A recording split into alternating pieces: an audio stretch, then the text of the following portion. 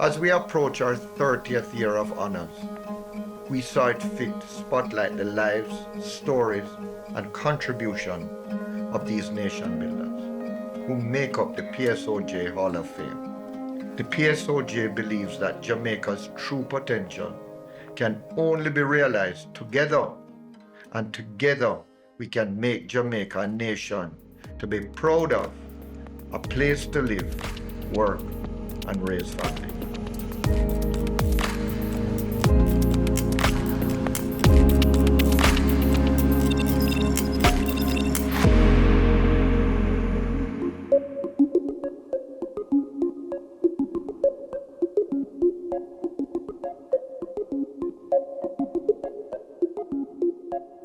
I'm Joseph Matalon, and I'm honored and privileged that the Honorable Mayor Matalon was my father. But he was not only a father, he was a mentor to me throughout his life and an inspiration in terms of his own work. Let's hear about his journey through the private sector. Maya, I think, was a visionary leader, instrumental in establishing a number of new industries in Jamaica, including, probably most notably, the development of mass affordable housing, wholesale distribution, insurance through British Caribbean Insurance Company, and a bunch of other companies. I think he was a person born out of the opportunity that Jamaica gave him and his family to thrive. He was committed all of his life to nation building. In the 70s, when people used to say to him, "Man, you're not leave out.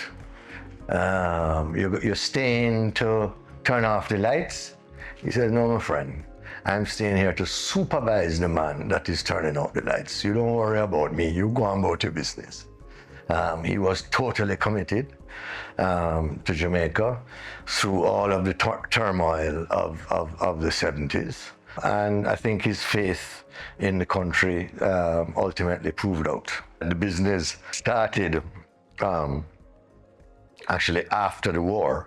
A number of my uncles went off to serve in the Canadian Air Force. My uncle Eli Matalon was a bomber pilot during World War II.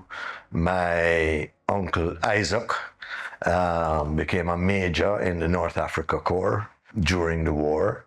And my uncle Moses was a very colorful character. Actually was a captain of a PT boat in the Channel. And those PT boats were boats that were trying to destroy submarines that the Germans would be sending down the Channel. Very, very dangerous job, as was, being a bomber pilot. But they all came back to Jamaica, and they decided to essentially throw in their lot together. They started basically with an import-export business, pharmaceuticals and similar products. And the business just grew and grew and grew. Different members of the family had, an affinity for different businesses, and, they were allowed to be independent about the management of that business, and most of them did very well. So my Uncle Eddie was Tropicare Jalousies and West Indies Paints, Glidden and those things. My Uncle Aaron was Facey Commodity, Home Electrics, and Shoppers Fair Supermarkets, and all of those things. He was the marketer in the group. My Uncle Owen was the process and IT man, and he was also very, very involved in the housing business. Moses was a bit of a maverick, and he wanted to pursue developments, whether they were in the group or not. And I think, the best time he ever had was as the chairman of UDC when they built out Newport East also undertook a number of developments on the North Coast, including, that whole beach area with Turtle Towers and what is now, I think, the Moon Palace. He was the original developer of that. The Yallus Pipeline was a project that he led, not as a paid employee, but simply because he felt it needed to be done, and he believed he had the skill to do it, and he lent that skill to the entire project. What's a significant milestone in his journey that he would be proud of? Okay, well, there are actually several. Okay, probably most pivotal, I think, he would tell you if he were still here with us, was his role in leading negotiations on behalf of the government of Jamaica with local bauxite companies, who were then paying the government of Jamaica really a pittance for the bauxite ore that they were extracting. He led a team which included the Honorable Patrick Rousseau, people like Carlton Davis, and they went at it with the companies and ultimately came to an agreement with them that I think was, very important to Jamaica, because you have to remember that this was the time of the oil price crisis and foreign exchange was very, very scarce. Resources were very scarce in general.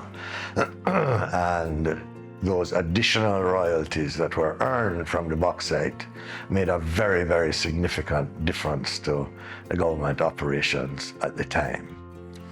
I think another thing he would have told you that he was very proud of is that he went on a trip to Mexico and he came across an organization that essentially provided mortgages for lower income workers on a subsidized basis and was funded by a payroll tax. And he advocated for the establishment of such an organization in Jamaica. And eventually it was established, and it's known today as the National Housing Trust. So I think, that was something that he was very proud of. And then I think finally, as the chairman of what was then Telecommunications of Jamaica, he saw the company through a transformation where a landline was a luxury to a time when basically you could get a landline anywhere you want. Other innovations within that sector that I think he was instrumental in catalyzing and that he was very proud of.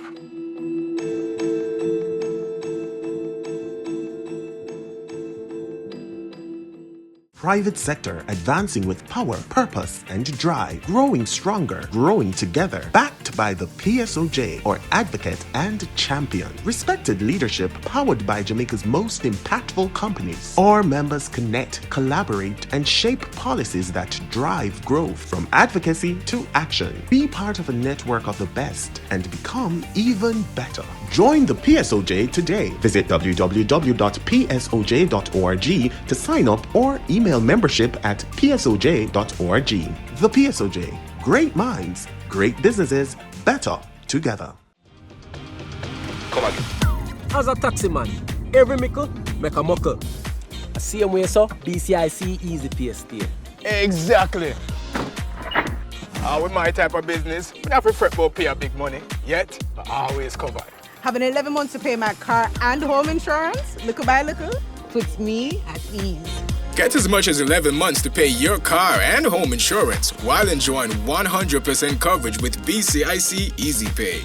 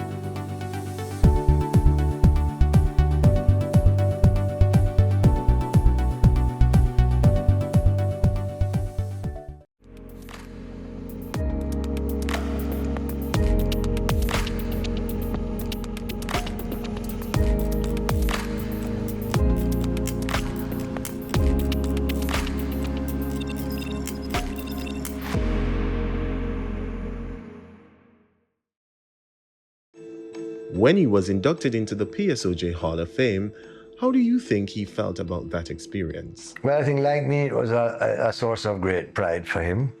He was much older when he was inducted, and I think he was the second or the third inductee.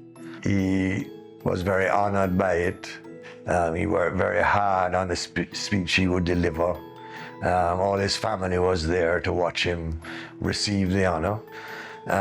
So, you know, it was something that humbled him, and for which he was very grateful to all of his colleagues in the private sector, all of those people who had over the years contributed to his success, you know. What was a memorable moment with him? There are hundreds. Well, he was a very jovial fellow, most times, unless you vex him.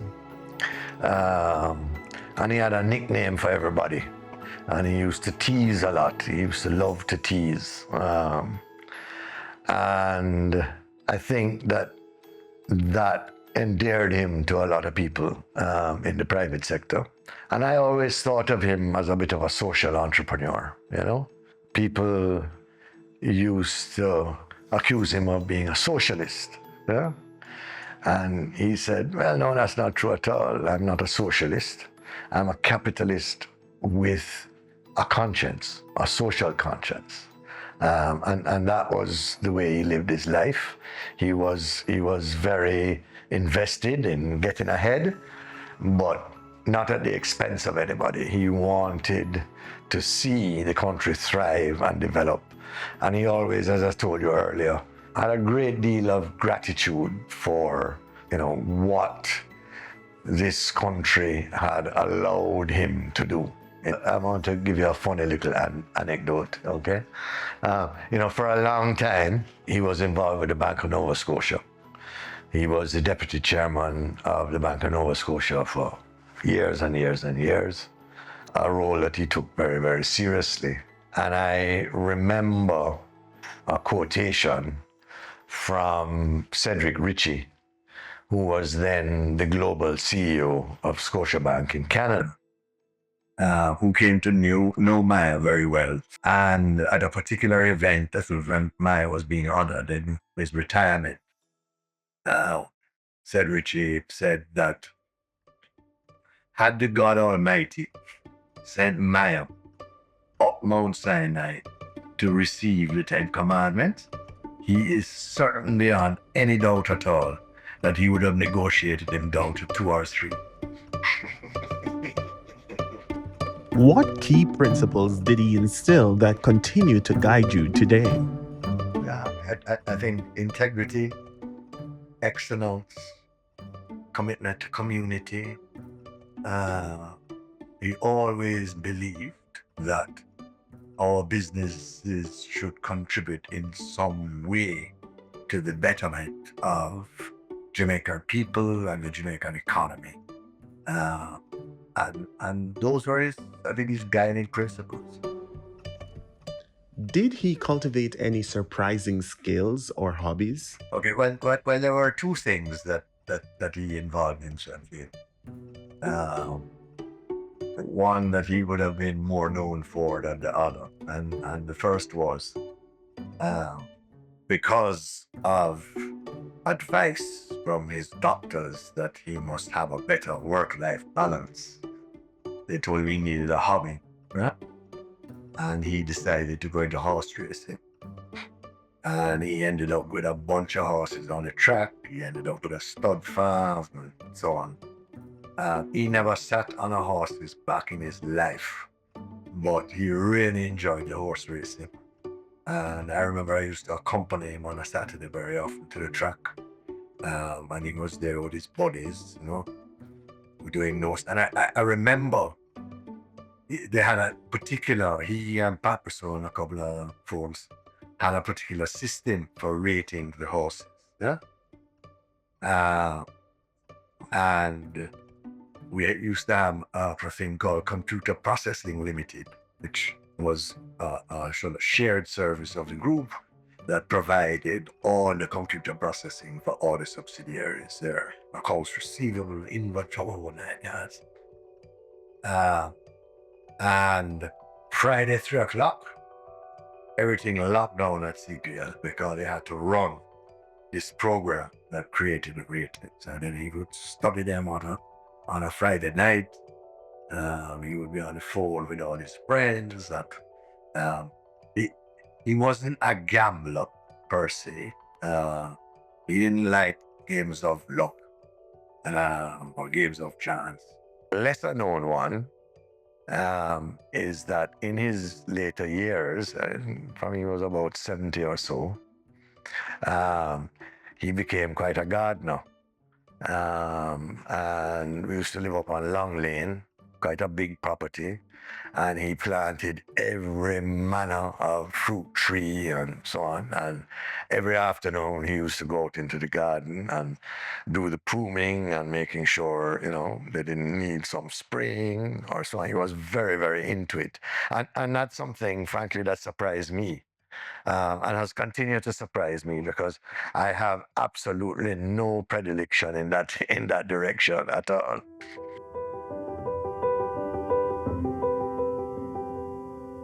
Private sector advancing with power, purpose, and drive. Growing stronger, growing together. Backed by the PSOJ, or Advocate and Champion. Respected leadership powered by Jamaica's most impactful companies. Our members connect, collaborate, and shape policies that drive growth from advocacy to action. Be part of a network of the best and become even better. Join the PSOJ today. Visit www.psoj.org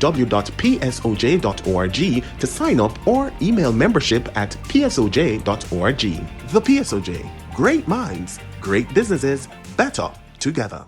As a taxi man, every mickle make a muckle. I see him way so BCIC Easy Pay stay.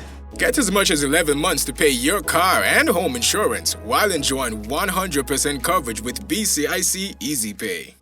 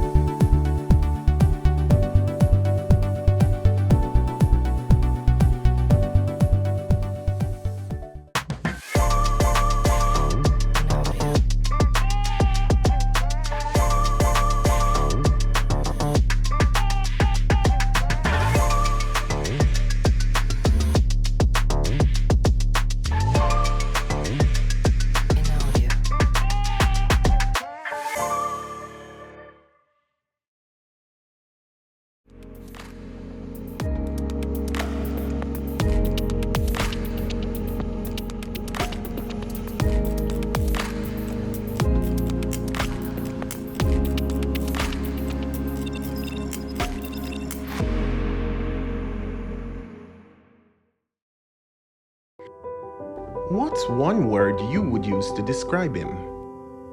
If there was one word, I would have to say integrity. He had a very grounded approach, a deep sense of honesty and ethical responsibility that I think guided his commercial affairs in all respects, and actually allowed him to become a very trusted leader, because man was very direct, and if he didn't like something, he told you, so the people that he dealt with didn't need to worry that he was, giving them a 6 for a 9. And I think that allowed him to become a very trusted and respected leader of the society.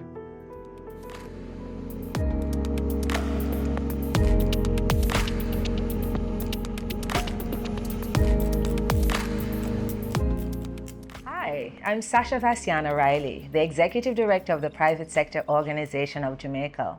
In this project, our aim is to celebrate the voices and stories of 30 remarkable leaders in Jamaica's private sector. This project marks the celebration of our 30th Hall of Fame and aims to highlight the achievements, challenges, and invaluable lessons of those who have shaped and are shaping the future of our economy. The Private Sector Organization of Jamaica was established in 1976. It is a national organization of private sector associations, companies, and individuals working together to promote a competitive and productive private sector. To many, the PSOJ stands as a unifying platform and community of up-and-coming entrepreneurs, established businesses and their leaders, and small and medium businesses in a host of industries who can come together to support the growth and development of our nation. Out of this community, the Private Sector Organization of Jamaica Hall of Fame was established in 1992. It was designed to honor business leaders who have made significant contributions to the development of the private sector and our country, and pays tribute to three important traits: successful entrepreneurship, leadership, and character. Inductees are nominated by the membership, and every year the board chooses the next Hall of Fame inductee, who is celebrated with a gala event marking their achievements and accolades in an audience of their peers and our membership. The Private Sector Organization of Jamaica is a key advocate for private sector development and represents the interests of businesses across various industries, fostering growth, innovation, and collaboration. In this documentary, you'll hear first-hand accounts from our inductees about their unique paths. Together, we'll learn from their experiences, challenges, and lessons, and be inspired to contribute to a thriving private sector in Jamaica.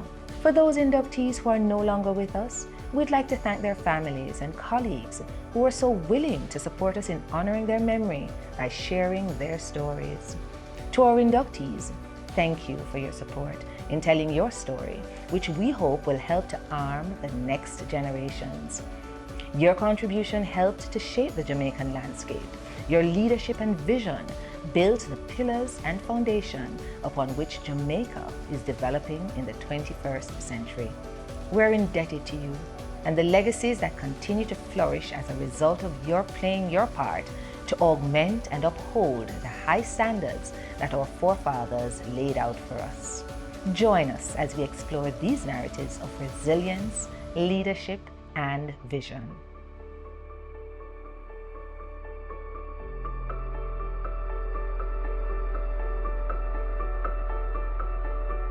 Still to come on this season of the PSOJ Titans of Industry. I started as a rebellious young man, terribly rebellious. You know, I was a dropout at school, never went to college, and obviously took the direction that was really just open to me. And you know, we can achieve a lot by working hard and become a workaholic, but it's going to pay the price of something else. Never overextend yourself. And I thought, you know, when you're young, you're starting off in business and you think you can conquer the world. In a way, being a woman, doing something that is very Jamaican, it inspires young business people, small business people. William Billy McConnell was a notable figure in Jamaica's business landscape. Respect, hard work, lead from the front were the ones that really drove him and drove the businesses to do well under him.